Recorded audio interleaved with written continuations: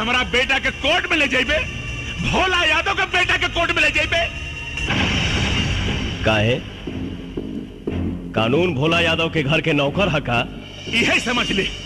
कल 10 बजे तक तोर सस्पेंशन लेटर तोरा टेबल पे होगी।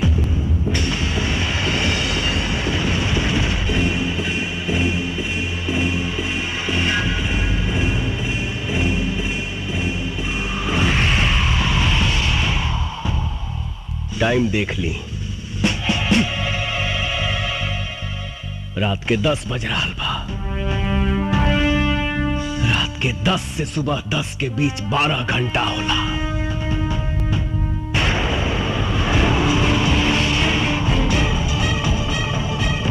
और ही 12 घंटा में घंटा के हुमाई के लाल नहीं खे जे हमरा के कार्रवाई करे से रोक ले। जय हमारा ट्रांसफर करवा दी, सस्पेंड करवा दी, जौन बुझाए तौन करवा दी। लेकिन ये 12 घंटा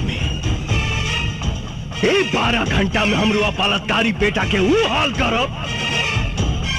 करब कि भविष्य में बलात्कार करना तो दूर, इसको मुतने के लिए भी शिलाजीत खाना पड़ेगा।